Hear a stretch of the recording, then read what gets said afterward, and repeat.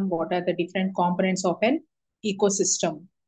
So as we all know, ecosystem is nothing but an interaction between the living as well as a non-living component, that is biotic, as well as a abiotic, that is non-living component. So we all know that biotic components are the living organisms, whereas abiotic are the non-living components. Now, coming to the abiotic components, we have already discussed that there are two factors. One is a climatic factor and the edaphic factor. Under climatic factor, you have rain, light, wind, as well as temperature. And under edaphic factor, you have soil pH, minerals, as well as a soil topography. Then coming to the biotic components, you have three types. One are the producers, consumers, as well as decomposers. Producers are the plants which can synthesize their own food, hence also called as autotrophs. Now, next is the consumer. They are called as heterotrophs. They cannot synthesize their food, and hence they are called heterotrophs.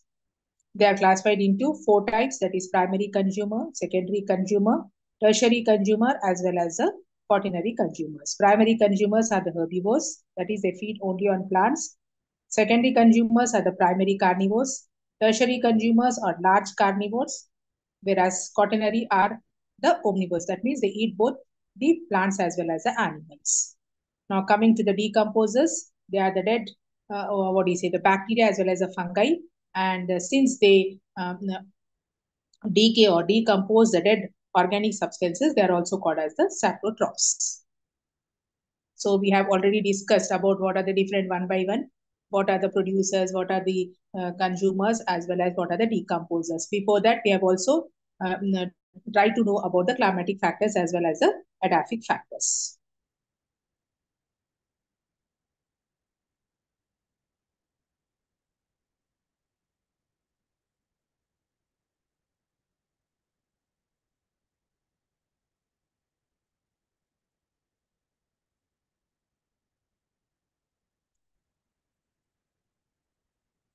Okay, I think we were discussing about the food chain as well as the food web. You all know actually the energy flow that occurs in an ecosystem, it takes place via the food chain as well as the food web. Now, the food chain actually is nothing but here in the case of the food chain as well as the food web, during the process of energy flow, what happens is the plants being the producers, they absorb the sunlight and with the help of the chloroplast and a part of it will get transformed into the chemical energy. Now, this energy actually is stored in various organic products in the plants and it is passed on to the primary consumers via the food chain. And from the primary consumers, then from the food chain, these herbivores consume, that is the primary consumers, the plants adds and food, and then they convert this chemical energy into the kinetic energy.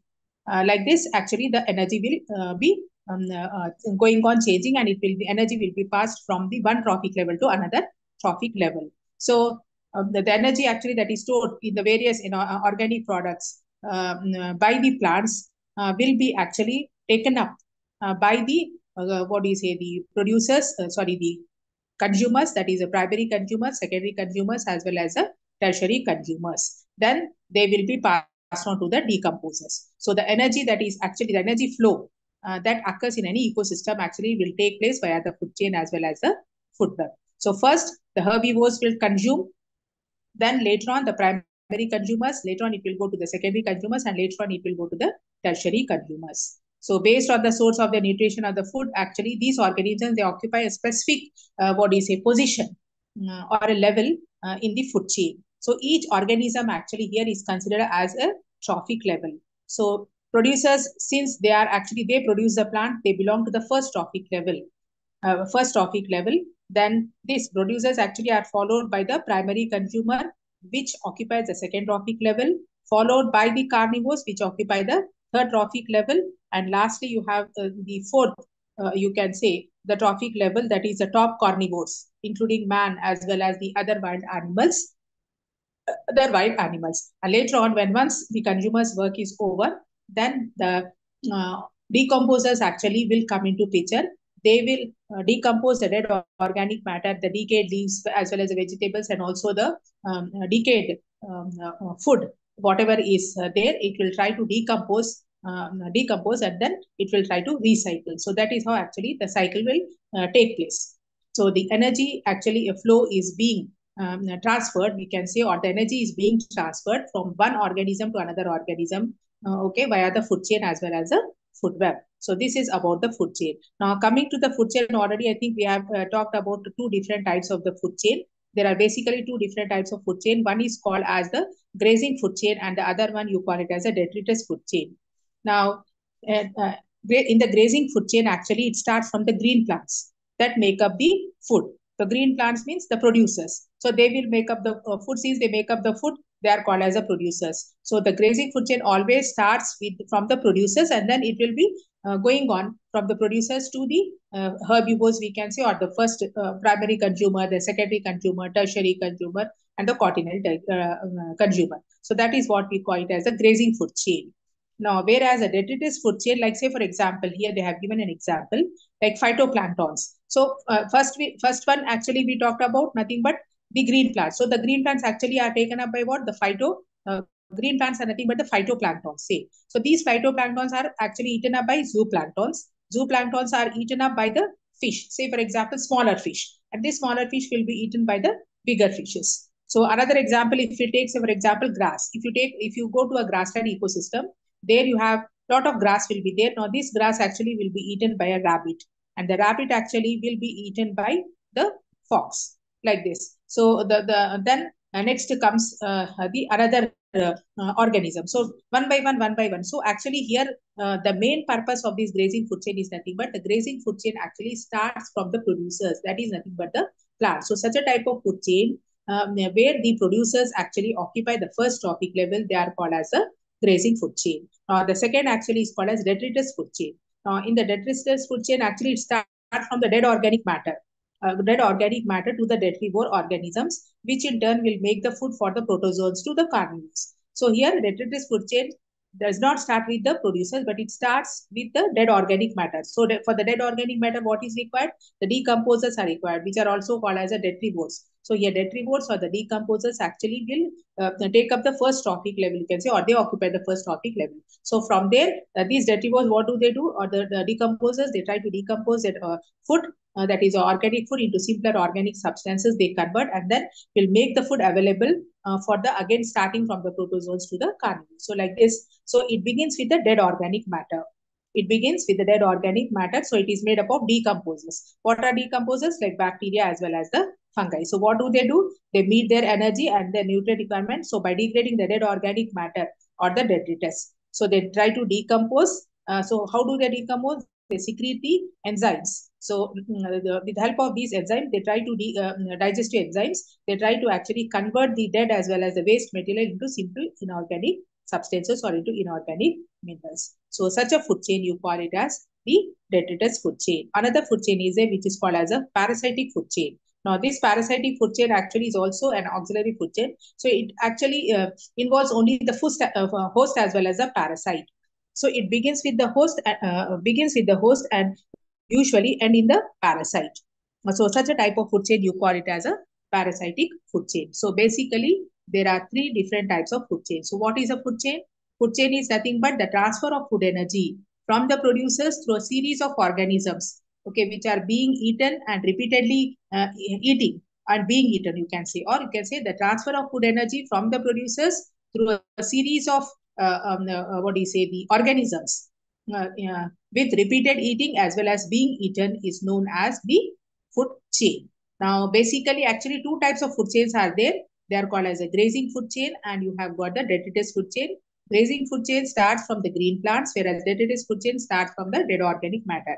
Apart from these, we also have a parasitic food chain, which actually begins with the host and then it ends with the parasite. Now, we will see what is a food web. Now, food web actually, we have different types of food chains are there. Each ecosystem, if you take, for example, pond ecosystem, lake ecosystem, or terrestrial or grassland, so every ecosystem will have a specific type of food chain. And these food chains actually are, the simple food chains are very, very rare in nature because here each organism may not obtain the food from more than on the one trophic level. So then in an ecosystem, what happens is various types of food chains will be there. And these various food chains actually, they are interlinked or they are interconnected with each other. So such a type of, the process wherein the food chains actually are interconnected and they form a web-like structure that you call it as nothing but a food web. So what is a food web? Food web is the various food chains are interconnected to each other to form a network called as a food web. Now, what is a food web? Or you can say the network, you can say, or a network of food chains is called as a food web. So in a food web, you have number of food chains will be there. Number of food chains will be there. So it will illustrate the number of food chains. So food web always illustrates all possible transfers of energy and the nutrient among the organisms in an ecosystem. Suppose if you have a very simple food chain, what happens is here actually there will not be a source, another source for the consumers to take the food. So whatever is available, that only it has to take. Suppose if you have a food web, number of actually organisms will be available, wherein the it may be primary, secondary, or tertiary consumers, they have an access to take any type of food. In case of food web, but in case of the food chain, since only the one or two organisms will be available, so they have to rely or they have to depend only on such organisms for their energy or for their food. So, but in case of the food web, actually, you have number of organisms are available. So, the supply of food actually will be much with respect to that of a food chain. So, what is a food chain and what is a food web? We know. So, food chains actually, the simple food chains are very rare in nature. But actually, food web, what do they do? These food chains actually they try to interconnect with each other. So, the interlinking you can say, or the interconnection you can say, or a network of the food chains actually constitute nothing but a food web. Okay, now we will see now the differences between a food chain and a food web. So we have seen what is a food chain and a food web. A food chain actually is nothing but a transfer of energy. It is a process of transfer of energy through a series of organisms falling on successive trophic levels. Because here, just now I have told you, each trophic level actually is being occupied by a specific organism. If we start from producers actually will take up the first trophic level. They occupy the first trophic level, followed by consumers, like primary consumer, is occupied by second trophic level. Secondary consumers will take up the third trophic level. Then you have tertiary consumer will take up the fourth trophic level. So like this. But in case of a food web, it is an interconnection of food chains which shows relations between them. So it is so here number of organisms will be occupying that successive trophic levels. So it is actually an interlinking of the food chains. And in case of food chain, usually member of high trophic level will feed upon only single type of organism at the lower trophic level.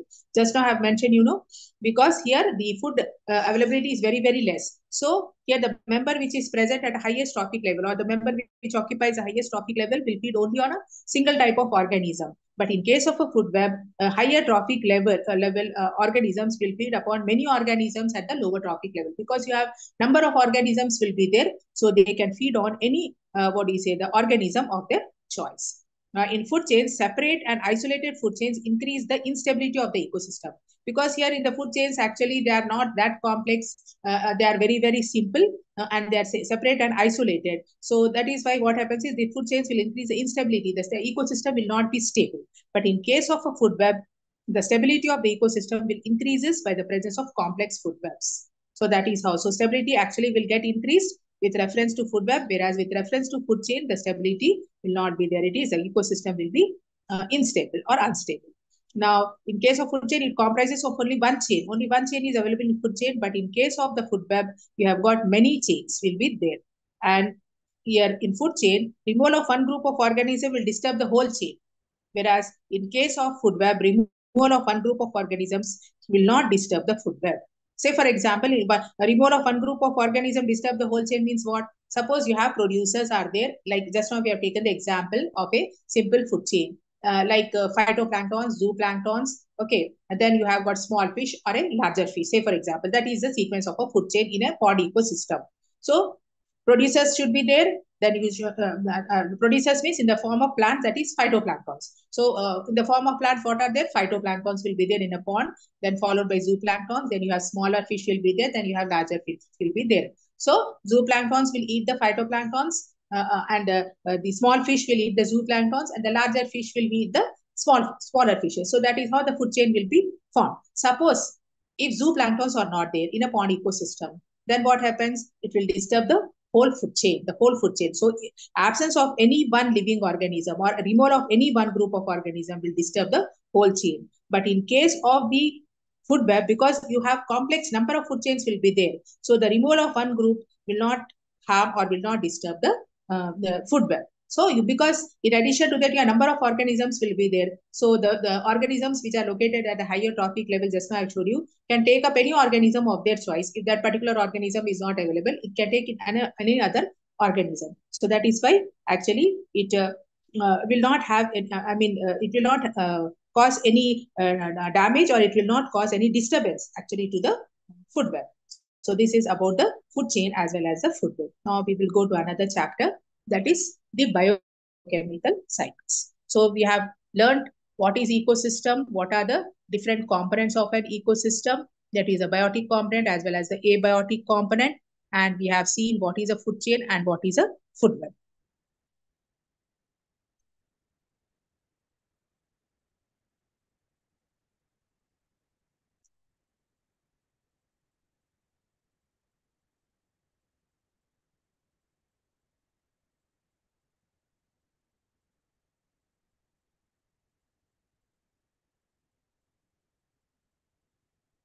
Now we'll see what are biogeochemical cycles. Now, you all know, we have seen actually the nutrients are very, very essential. So the earth actually consists of a number of elements in the form of nitrogen, carbon, phosphorus, sulfur, water, and all those things. So these elements are very, very essential. And these elements actually has to be recycled from time to time and from time again. So the major elements actually that are present on the earth are nitrogen, carbon, phosphorus, and sulfur.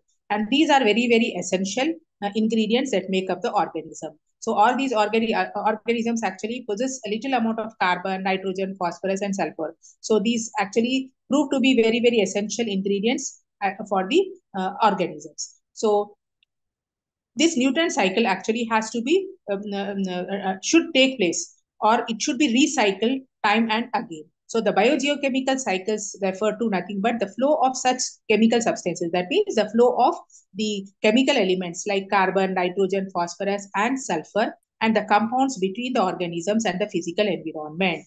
That is what we call it as biogeochemical cycle. So what do you mean by biogeochemical cycle? It is nothing but the flow of these chemical elements. What are the flow of the chemical? What are the chemical elements? Nothing but carbon, nitrogen, phosphorus, sulfur, and water. So the flow of these chemical elements and the compounds between the organisms and the physical environment is called as nothing but the biogeochemical cycle.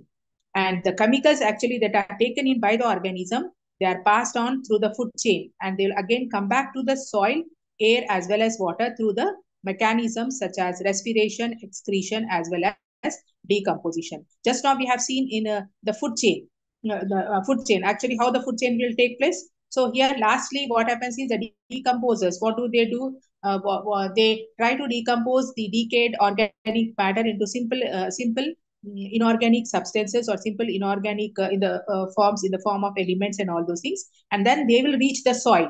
Okay, and they will seep into the soil, then they will reach the air as well as the water. So apart from this, actually these chemicals are also received by means of respiration as well as excretion. So the flow of the chemical elements like carbon, nitrogen, phosphorus, sulfur, and water, okay, through the organisms, okay, and the physical environment, or you can say between the organisms and as well as the physical environment, is called as biogeochemical cycles. So these chemicals actually that is taken in by the organisms are passed out through the food chain, and again they will come back to the soil, air, as well as the water through the different processes such as respiration, excretion, as well as the decomposition. So as an element moves through this cycle, what it will do, it will form the compounds with other elements due to a number of metabolic processes or natural reactions in the atmosphere, the hydrosphere or the lithosphere. So such cyclic exchange of this material between the living organisms as well as the non-living environment is called as the biogeochemical cycle. So in a simple language or in simple words, we can say biogeochemical cycle is nothing but the cycling of this material or the cycling of these chemicals or the cycling of these elements between the living organisms and the non-living environment is called as biogeochemical cycle. Now, basically, these biogeochemical cycles or the nutrient cycles we can call are of two types. they are called as a gaseous cycle, and the other one called as sedimentary cycle. Now, gaseous cycle actually they exist in the atmosphere. They are present in the air, and hence they are called as a gaseous cycle. For example, nitrogen and carbon. Nitrogen and carbon actually we found it in the air. We found it in the atmosphere, and they are that is why they are called as they are in the form of gases, and that is why we are call them as the gaseous cycles. Now, whereas sedimentary cycles like sulfur and as well as the phosphorus, they are found in the rocks. Sulfur and phosphorus, they exist. They are in the form. They are in the rocks. So that is why actually they are called as the sedimentary cycles. So nutrient cycles are how many types? There are two types of nutrient cycles or biogeochemical cycles. One is called as a gaseous cycle, and the other one is called as sedimentary cycle. So the reservoir for the gaseous type of nutrient cycles are what? Nitrogen and carbon are they exist in the atmosphere. And for the sedimentary cycle, that is the sulfur as well as the phosphorus, the reservoir actually is located in the Earth's crust. They are found in the Earth's crust, they are found in the rocks as well as the environmental factors such as soil, moisture, pH, temperature, etc. So here they regulate the rate of release of this, what do you say, of these nutrients. So basically two types of nutrient cycle, gaseous cycle and sedimentary cycle. Gaseous come under gaseous, you have nitrogen and carbon, and under sedimentary, you have sulfur as well as the phosphorus. Now we will see one by one how this cycling of these different elements or different nutrients will take place in the nature or in the environment. Now, first one is carbon cycle, or the cycling of carbon is called as nothing but the carbon cycling. Now, the carbon, as you all know, it enters into the nature or into the world in the form of carbon dioxide through the process of photosynthesis as carbohydrates. So, you all know actually the photosynthesis is being carried out by what? Is being actually carried out by the plants. So, what do the plants do first? The plants actually take in the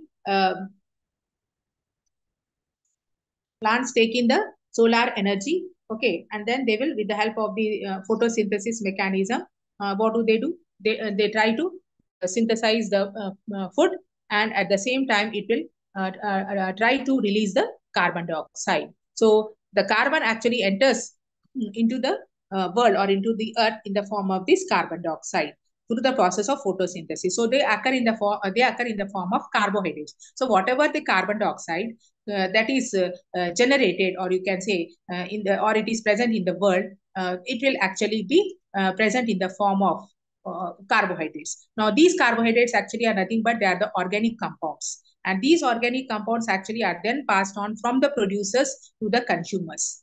So through the phenomenon of respiration also, you all know actually we take in oxygen and release carbon dioxide. So lot amount of carbon dioxide actually is being present in the atmosphere. So this carbon dioxide actually is present in the form of nothing but the carbohydrates or the organic compound. So these carbohydrates actually are the form of the what do you say carbon dioxide, or the it will be taken up by the plants, that is the producers, and then they will be passed on what? They will be passed to the consumers, that is the herbivores as well as the carnivores. Then this carbon, what it will do? It will be returned back to the surrounding medium by the process of respiration or the decomposition of the plants and the animals by the decomposers. So that is how again this carbon again will be recycled during the burning of fossil fuels also. So like this actually the carbon cycle will take place. So cycling of the carbon or the movement of the carbon in the atmosphere, you call it as nothing but the carbon cycle.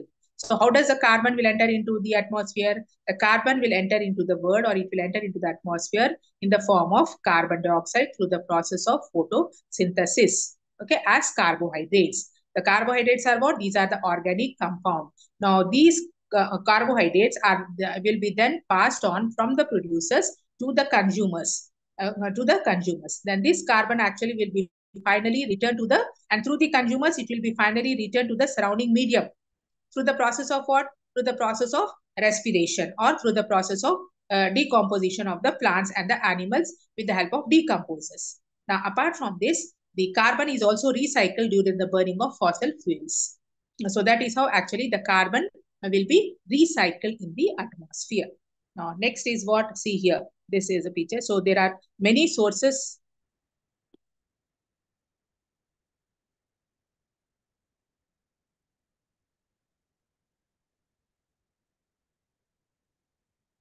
Okay. See, this is also, it will come up.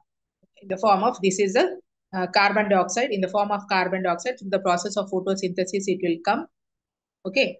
Then through animal respiration, combustion, plant respiration, all these things. So that is how actually the carbon cycle will take place. Now, next is what? Nitrogen cycle. Now, apart from the carbon, nitrogen actually is also a very, very important component of the protein. And actually, it is required by almost all the living organisms, including the human beings. So our atmosphere contains, say, nearly about 79% of this nitrogen, but it cannot actually be used directly. So uh, besides carbon, nitrogen also plays a very, very important role. So it is an essential component of protein, as well as, and it is required by almost all the living organisms, including the human beings. And atmosphere itself contains about 79% of the nitrogen. But this nitrogen that is available in the atmosphere cannot be taken up directly. It cannot be taken up directly by majority of the living organisms. So then how this nitrogen will actually will be recycled, and what are the various mechanisms, how the cycling of nitrogen will take place, we will see one by one. So like carbon dioxide, you all know, nitrogen also will cycle from the gaseous phase to the solid phase, and again then comes back to the gaseous phase through the activity of a wide variety of organisms. Now, the cycling of nitrogen actually is very, very important for almost all the living organisms. So basically, there are different processes. Just now I have told that about 79% of the nitrogen is available in the atmosphere, but that nitrogen actually cannot be taken up by majority of the living organisms. Even we cannot take nitrogen directly. So how this nitrogen actually is being taken up by the different organism again and again, it is be recycled again in the atmosphere we'll see now. Okay, so there are different processes, okay, for the cycling of nitrogen. Now we'll see one by one what are the different processes that are involved for the cycling of this nitrogen. Now one is called as, there are basically 5 processes, that is, one is called as nitrogen fixation, then you have nitrification, assimilation, ammonification, and denitrification. Now we'll see one by one what are these. First one is the nitrogen fixation. Now nitrogen fixation involves the conversion of the gaseous nitrogen into ammonia. We all know, just I have told you, gaseous nitrogen, that means in the atmosphere, the nitrogen actually is present in the form of a gas. About 79% I told you, it is present in the atmosphere in the form of gas. So in this particular process, what happens is the gaseous nitrogen which is present in the atmosphere will get converted into ammonia. It will get converted into ammonia, a form in which it can be used up by the plants. So this atmospheric nitrogen can be fixed by the following 3 methods. Okay, so nitrogen has to be fixed. So what do we mean by nitrogen fixation? It is nothing but conversion of the gaseous nitrogen, conversion of the gaseous nitrogen into ammonia. So there are actually 3 processes of nitrogen fixation, we can say. One is called atmospheric fixation, industrial fixation, and the other one is bacterial fixation.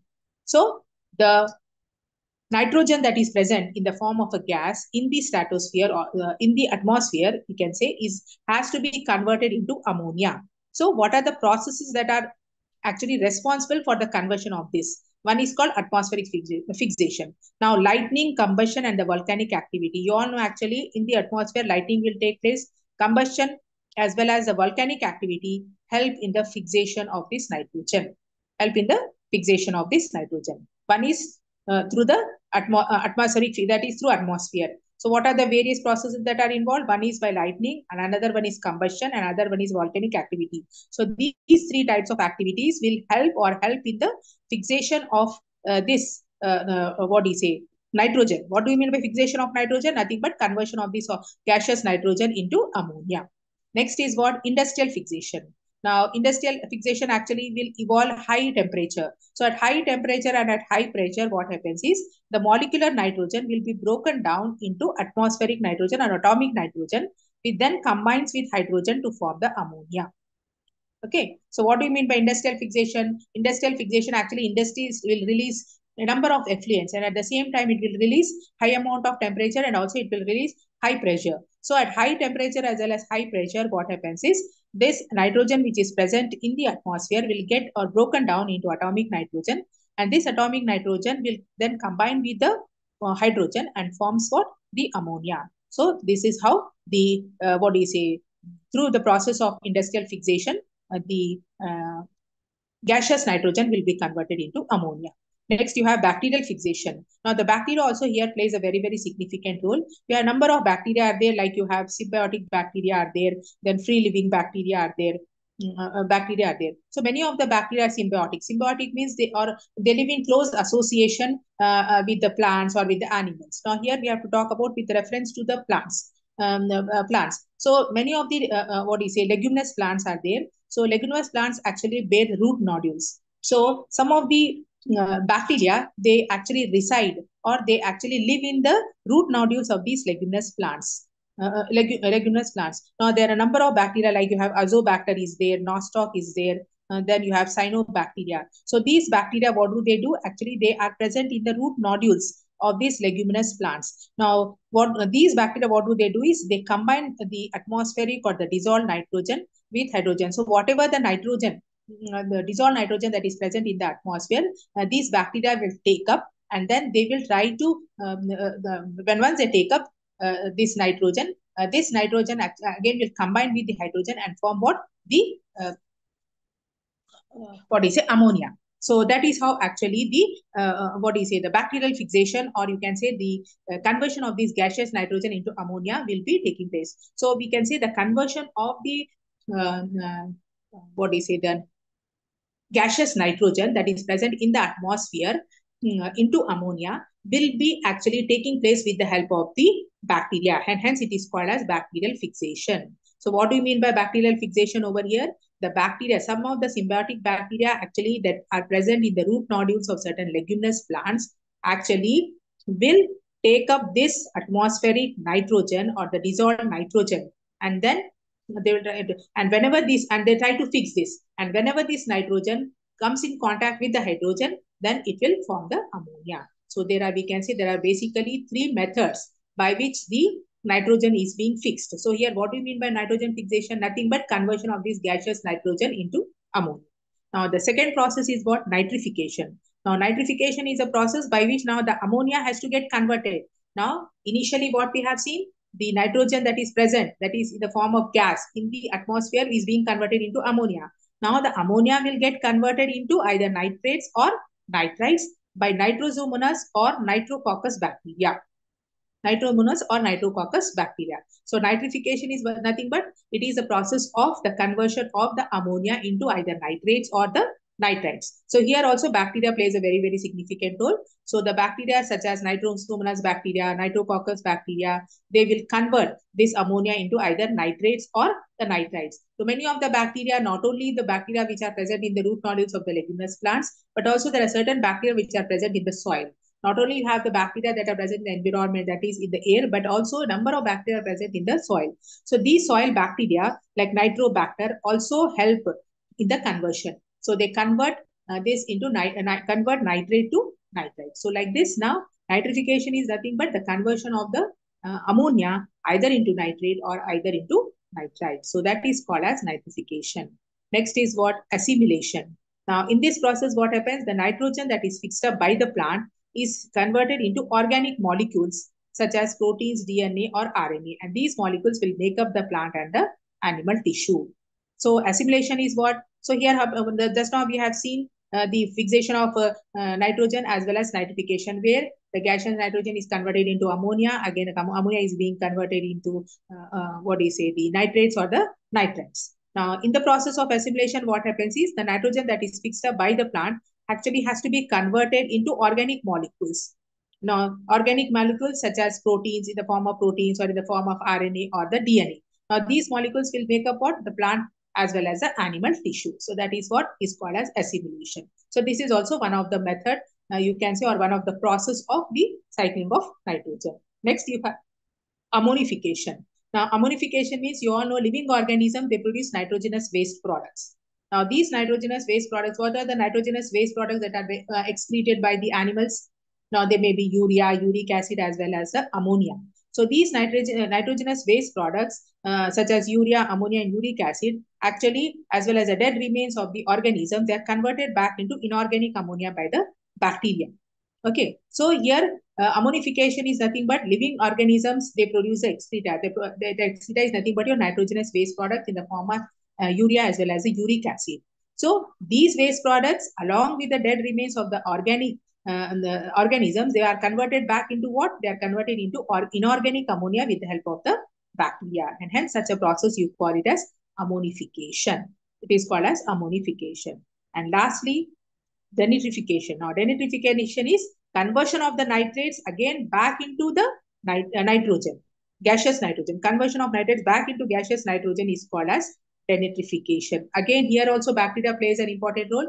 There are a number of denitrifying bacteria. They are called as, they live in the deep soil near the water table, as they like to live in oxygen-free medium. So denitrification is the reverse of nitrogen fixation. So here, conversion of the nitrates or nitrite, you can say, or ammonia, you can say, back again into the gaseous nitrogen is called as denitrification. And again, this denitrification process is being done with the help of denitrifying bacteria. So we can say denitrification is nothing but it is a reverse of nitrogen fixation. Initially, what we have said, so there are actually basically 5 processes, you can say, for the cycling of nitrogen. What are they? They are nitrogen fixation, then you have nitrification, then you have assimilation, ammonification, and denitrification. In nitrogen fixation, what is happening? The gaseous nitrogen which is present in the atmosphere is converted into ammonia. Then next we have seen in nitrification, it is a process where the ammonia is being converted either into nitrate or nitrite. Some of the bacteria convert the ammonia into nitrate, and some bacteria convert the ammonia into nitrite, like that. Then assimilation is what? It is nothing but nitrogen that is fixed up by the plant is converted into into proteins, DNA, as well as the RNA. And these molecules, these are the organic molecules, and they will make up the plant tissue as well as the animal tissue. Another is what? Ammonification. Now, ammonification, you all know, living organisms, they produce nitrogenous waste products in the form of urea as well as uric acid. So this urea and uric acid, apart from, along with the other dead organic waste material or dead remains of the organic matter will be converted back into inorganic ammonia with the help of bacteria. Then you have denitrification. Denitrification is the last process where the nitrates are being converted back into the gaseous nitrogen. Again, this will be carried out with the help of the bacteria. So here, the bacteria plays a very, very significant role in the nitrogen cycle. So that is how, so this is the cycle, nitrogen cycle. Okay. Now, next we will see what is water cycle. Now, coming to the water cycle. Now, as we all know, water is also very, very essential for life. Now, without water, we cannot survive. Not only we, every organism that is present on this planet, that is present on the earth cannot survive. So, no organism can survive without the water. So, how this water actually will come into the the atmosphere, we will see. So, precipitation. You all know precipitation in the form of rain, snow, as well as dew is the only source of water on the earth. So actually, we get the water only through these sources. That is the precipitation. Precipitation in the form of rain, snow, as well as a dew. It is the only source of water on the earth. So the water received from the atmosphere on the earth, it has to return back again to the atmosphere as in the form of water vapor, resulting from direct evaporation and through evapotranspiration. Okay. So the continuous movement of this water actually in the biosphere you call it as the water cycle or the hydrological cycle. So what do you mean by water cycle, or what do you mean by hydrological cycle? You all know that water is a very, very essential component. Without water, we cannot survive. And what are the sources of water on the earth? They are nothing but the precipitation in the form of snow, in the form of rain, as well as in the form of dew.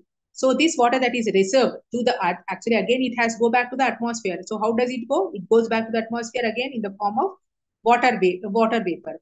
So resulting from the evaporation as well as from the evapotranspiration. So this continuous movement of water, okay, from the atmosphere to the earth and from the earth to the atmosphere is called as nothing but the water cycle or the hydrological cycle. Okay. So now Earth is a watery planet, you all know actually. So, however, a very, very small fraction. And they say that actually, if you see the Earth, about 2/3 of the Earth's surface is being occupied by the water. So, about water actually, so rest is all land. So, you have it in the form of seas, oceans, as well as the what do you say, the other rivers and all those things. So they say that about two-thirds of the Earth's surface actually is covered with water. But whatever the amount of water that we receive is very, very small fraction. We receive very little amount of water. So it is not because water is not evenly distributed throughout the surface of the water. Here and there you have, because the water is being bounded by the rocks, and it is being bounded by the forest and all those things. So that is the reason why actually it does not cycle, very easily. So since the water actually, the sources that are available, though two-thirds of the Earth's surface actually is water only, but since we could not receive this water because it is bounded by means of the rock, so that's why the cycling of water cannot take place, and hence we receive very less amount. So the amount of water that we receive actually is very, very less. Okay. So almost 95% of the total water the Earth is chemically bound to rocks. And they say that actually 95% of the water is bound to the rocks and it does not recycle. Out of which only 5% are there. And from that 5%, nearly 97% actually is present in the ocean, and 2.1% exists at the polar ice caps. So that is the reason why the cycling of water actually is very, very less. So we have 95% of the earth actually is bound to the rocks and they cannot recycle.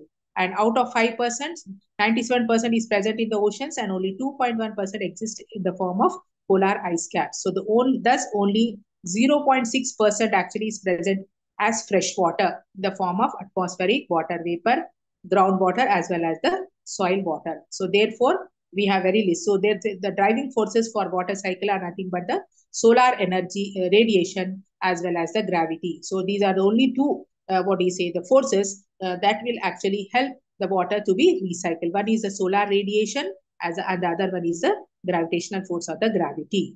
The other two forms, evaporation as well as precipitation, are the two main processes which actually are involved in the water cycle. So these two processes only will alternate with each other. So the water from the oceans, lakes, as ponds, rivers, as well as streams, what do? They get evaporated by the sun's heat energy. The plants also transpire huge amounts of the water.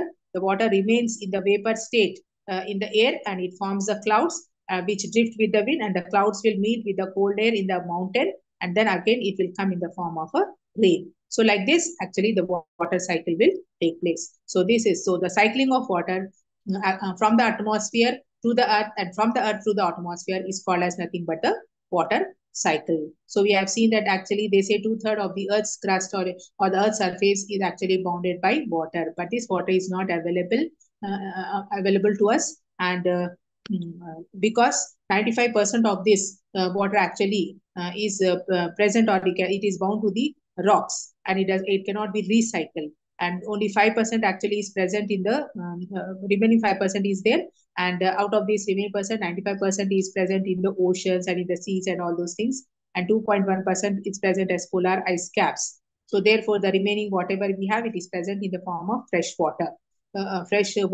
and some water is present in the form of atmospheric water vapor, groundwater, as well as the soil water. So the only driving forces actually that enable the water to get recycled are nothing but your solar energy as well as your gravity, and the two processes that are involved are evaporation and precipitation. So we can rely only on these two processes. So with the help of these two processes only, they alternate with each other and allow the water from the oceans, lakes, ponds, and rivers and streams to get evaporated by the sun's heat, and then which get accumulated in the atmosphere in the form of water vapor, and thus the water remains in the water vapor in the air. What do? Is they get drift by with the wind, and whenever these clouds meet with the cold air in the mountains, then what happens? It will come out in the form of the rain. So that is how the water actually will get recycled. Okay. So this is all about the water cycle. Now another cycle you have that is called as the phosphorus cycle. Now apart from the carbon, nitrogen, water, we also have got this phosphorus. Now phosphorus is also very, very important. It is also a major constituent of the biological membrane. You all know, if you see a cell membrane, now the cell membrane actually is made up of the phospholipids. So there you have actually the lipid layer you have, that is PLP layer, what we call it as, that is protein, lipid, and protein. So this lipid actually is nothing but it is made up of phosphorus. That is phospholipid. It has more amount of phosphorus content. So that is what they're saying, that phosphorus actually is a major constituent of the biological membrane. Nucleic acids, it is also present in nucleic acids, and also cellular energy transfer systems. So many animals actually uh, uh, also need large quantities of this element to make up the shells, to make up the bones, because phosphorus is also required for the making of shells, bones, as well as the teeth. So apart from calcium, we all know calcium is also present. It is also required in higher amount in the shell, in the bones, as well as in teeth. So likewise, the phosphorus also is a important what is the element. It will help you to make the shells, bones, as well as the teeth. So it is not only that, it is a major constant of the biological membrane, nucleic acids, also the energy transfer systems. Now, the natural reservoir for phosphorus is nothing but the rock. So you find in the phosphorus actually is found in more amount in the rock, so which contains phosphorus in the form of the phosphates. So these rocks actually, so the main source you can say of the phosphorus is nothing but it is present in the rock, and it is actually present in the form of phosphates. So when the rocks get weathered, means when the rocks are weathered, minute amounts of these phosphates actually will get dissolved in the soil solution, and they are absorbed by the roots of the plants. By the plants. Then the herbivores and the other animals, they obtain this phosphorus from the plants, and the waste products as well as the dead organisms are also decomposed by the phosphate solubilizing bacteria releasing the phosphorus. So like this, actually, the phosphorus will be recycled. So how the phosphorus is recycled? Phosphorus, we all know, it is a major constituent of the biological membrane, nucleic acid, and also in the energy transfer systems. Many animals need this, phosphorus, because it is required for the making of shells, for the making of bones, as well as the teeth. And the natural reservoir for this phosphorus is nothing but the rocks. It is present in the rocks in the form of the phosphate. And whenever these rocks get weathered, what happens is this minute amount of this phosphate actually will be released. Okay, it will be released from these rocks, and they will get dissolved in the water. And when once it gets dissolved in the water, it will be absorbed by the plants. And apart from this, from the plants, the herbivores as well as the carnivores will take. And apart from these, the waste products we have, and the dead organisms which are present and which will be decomposed by the decomposers, the composers also try to release. So actually, the waste products as well as the dead organisms, they will be decomposed by the phosphate solubilizing material releasing phosphorus. So some of the bacteria which are specialized in the release of the phosphorus, such bacteria actually only can release the phosphorus. So through this mechanism also we can say that the phosphorus actually will be released into the atmosphere. So that is how the phosphorus actually will get recycled from the atmosphere. You can say to the earth, means through the organisms, and from the organisms again through the earth, to the earth or to the atmosphere. So that is how actually the recycling of the phosphorus will take place. So this is all about the biogeochemical cycles. Now you have seen biogeochemical cycle, that is the cycling of the nutrients. Cycling of the nutrients is called as nothing but the biogeochemical cycles. Now we have seen a number of the elements which are essential. They are nitrogen, carbon, phosphorus, sulfur, as well as the water. But in your syllabus, you don't have the sulfur cycle. So that is the reason why I have not mentioned over here. But these are the 5. What are those? Nitrogen, carbon, phosphorus, as well as the sulfur, apart from the water. Now, these biogeochemical cycles actually, what do you mean by biogeochemical cycle? Nothing but it is the cycling of the transfer of these nutrients, okay, from the atmosphere to the earth, and from the earth to the atmosphere, again back to the atmosphere. You call it as biogeochemical cycle. So there are 2 types of biogeochemical cycles. One is called gaseous cycle, and the other one is called sedimentary cycle. Gaseous cycle, actually, they are present in the atmosphere in the form of gas, like you have nitrogen and carbon. Whereas phosphorus and the sulfur, actually, they are sedimentary. They are found actually in the earth's crust, in the means rocks and all those things. So that is why they are called as the the sedimentary cycle. Now we have seen the different types of the biogeochemical cycle, that is nitrogen, carbon, phosphorus, as well as the water. Okay. Now we will see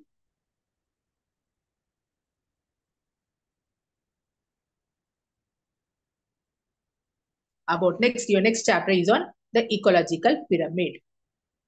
So what do you mean by ecological pyramid? Now we have seen the food chain, we have seen the food web, and we have seen the energy flow, how actually the energy will be transferred from the producers to the top consumers, you can say. So in the form of the organism, that is in the form of like being eaten as well as by repeated eating as well as being eaten. So that is how actually through this process of food chain, the energy will be transferred from one organism to another organism.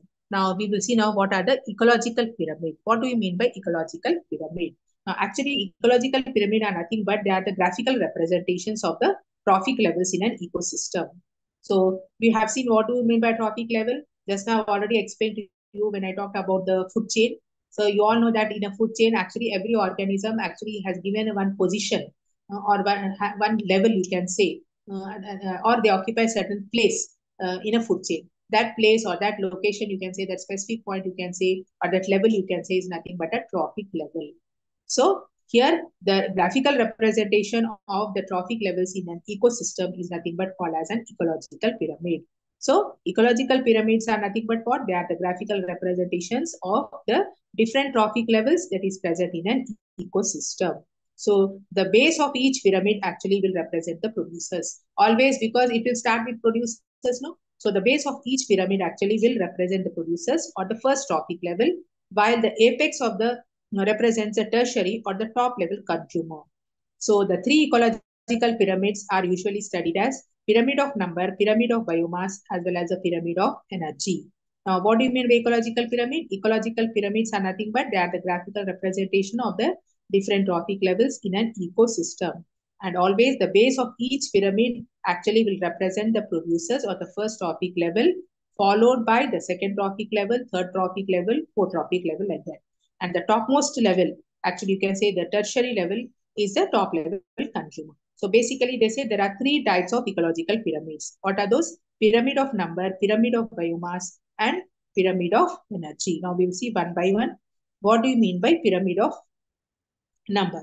Now in this type of ecological pyramid, the number of organisms actually in each trophic level is considered as a level in the pyramid. Okay, so here in this type of ecological pyramid, the number of organisms present in each trophic level is actually considered as a level in the pyramid. So the pyramid of number is usually upright, except for some situations like that of detritus food chain, where many organisms actually will feed on one dead plant or the animal. So here in case of the pyramid of number, so here see this is a pyramid of number. It is actually occupied by, so here the first trophic level actually is being represented by what a number of producers will be there in the form of what do you say, the phytoplanktons, as we have seen the phytoplanktons. So it is based on the number. So we can say that the first trophic level, which is considered as a level. So in this type, the number of each trophic level is considered as a level, okay, in the ecosystem. So here the producers are more, followed by the primary consumers, then you have the secondary consumers, and then you have got the tertiary consumers. So it is considered as a level. So the pyramid of number actually is usually, how it is usually upright. It is usually upright in position like this. It is usually upright in position. So first you have got a broad base followed by primary consumer, secondary consumer, as well as a tertiary consumer. So from this, figure, we can assume that the producers are more in number, followed by primary consumers, followed by secondary, and then followed by tertiary consumer. So here in the pyramid of number, each trophic level is considered as a level of as a level in the pyramid. Now, next is what? Pyramid of biomass. Now, in this is a pyramid of biomass. Now, in this particular type of pyramid, each level actually will take into account the amount of biomass produced by each trophic level. The amount of biomass, what do you mean by biomass? Biomass is nothing but the organic content. It is nothing but the organic content that is being produced by the various organisms. So here, in this type of the pyramid, ecological pyramid, each level actually will takes into account the amount of biomass actually that is being produced by what each trophic level that is being produced by each trophic level. So the pyramid of biomass is also actually we can say upright, except for that observed in oceans, where large numbers of the zooplanktons actually will depend on a relatively small number of phytoplanktons. So actually what they're saying is this is actually they have given a pyramid of biomass in case of oceans. In case of oceans, this is an exceptional case. But if you see the other types, actually it will be same as you have seen for pyramid of number. It is upright only. But in case of oceans, actually it will be reverse. Why? Because here you have number of zooplanktons and phytoplanktons will be there. So since large number of zooplanktons are being present, so what they do? They actually try to actually depend, because zooplanktons will eat what phytoplanktons. But in case of oceans, the phytoplanktons are very less in. So because of that reason, what is happened? The producers, phytoplanktons are what? Phytoplanktons are nothing but the producers. So the producers are less in number. When the producers are less in number, what happens? Then the number of zooplanktons are very there. So when once the zooplanktons are more, the amount of phytoplanktons that is present will not be sufficient for the zooplanktons to eat. So in that case, what happens is it will be, it will not be upright. So it will show a pyramid like this. Okay, it will show the reverse. So here, this is what they are saying is, this is observed in ocean. This is pyramid of biomass in oceans, where phytoplanktons represent one trophic level where you have less number, followed by zooplanktons. Because just now we have seen in pyramid of number, each trophic level actually will indicate the number of organisms at each level. So here, when we compare this and this, phytoplanktons are less in number, followed by zooplanktons, we can say. Otherwise, if phytoplanktons are more and the zooplanktons are less, then you will have like this. Okay, so here, but with reference to biomass, it is.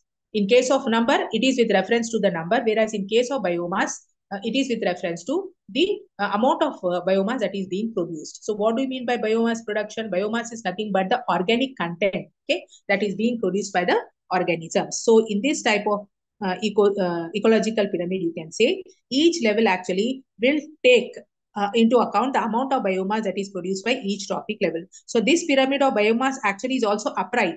It is also upright, except there in the oceans, where large number of zooplanktons are there, which depend on small number of phytoplanktons. Okay. The next you have pyramid of energy. Now, what do you mean by pyramid of energy? Pyramid of energy is the only type of ecological pyramid which is actually always upright. It is always upright, as the energy flow in a food chain is always unidirectional.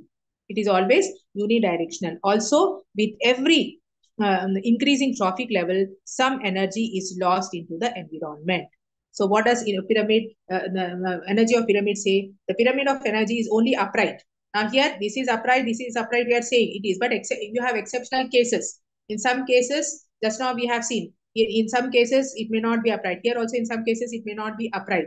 Okay, depending upon the number of biomass and depending upon the number of organisms, it will vary. But in case of the energy, it is always unidirectional. It is always upright. Why they are saying is because the energy actually always flows in one direction. It will not again reverse back. It will not again reverse back. So the energy flow in a food chain is always unidirectional. So that is the reason why the ecological pyramid with reference to the energy is always unidirectional. So the pyramid of energy is the only type of pyramid we can say where it is always upright, as the energy will always flow in a unidirectional. And apart from that, they say that actually with every trophic level, some amount of energy will be lost into the environment.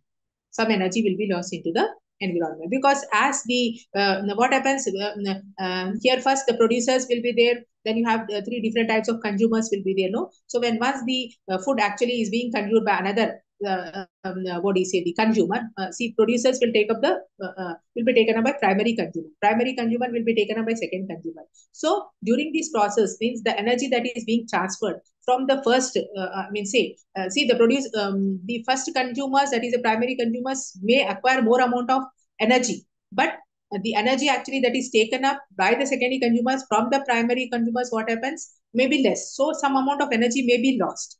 So that is what they want to say. That is, they are saying that at every trophic level, some amount of energy will be lost into the environment. Whatever the amount of energy that is being taken up will not be uniform. It will not be uniform. It is always being lost. Okay. So that is about the pyramid of energy. So what is, we have seen now, what do you mean by ecological pyramid? Ecological pyramids are nothing but they are the graphical representations of the trophic levels, of different trophic levels, we can say. And these ecological pyramids are of three types. They are pyramid of number, pyramid of biomass, and pyramid of energy. And in the pyramid, each level will represent one organism. Like producers will occupy the first trophic level, followed by primary, secondary, as well as tertiary. So first trophic level is occupied by producers, second by primary consumers, third by the secondary consumers, and fourth by the tertiary consumers. So that is how. So based on this, they have classified these pyramids into three types. That is pyramid of number, pyramid of biomass, and pyramid of energy. Now, in pyramid of number, here each trophic level actually is being considered as a level in the pyramid. Okay, number here they are taking into consideration means how many organisms actually are present at each level, at each trophic level, except in some situations. So it is always upright. It will not always be upright. Second is what pyramid of biomass. Here also it depends upon the amount of biomass that actually that is being produced. So it may be upright, but not in all cases it will not be upright. Just now we have seen the example of an ocean. Then lastly, the pyramid of energy. The pyramid of energy actually is the only what do you say, the pyramid in which it always shows an upright position. You can say position, and because the energy always flows in only one direction, and as the energy moves from one trophic level to another trophic level, some amount of energy will be lost. So that is about the different that is about the ecological pyramid and different types of the ecological pyramid. Okay, students, now today we will stop the class, and we will discuss regarding the other chapters in the next class.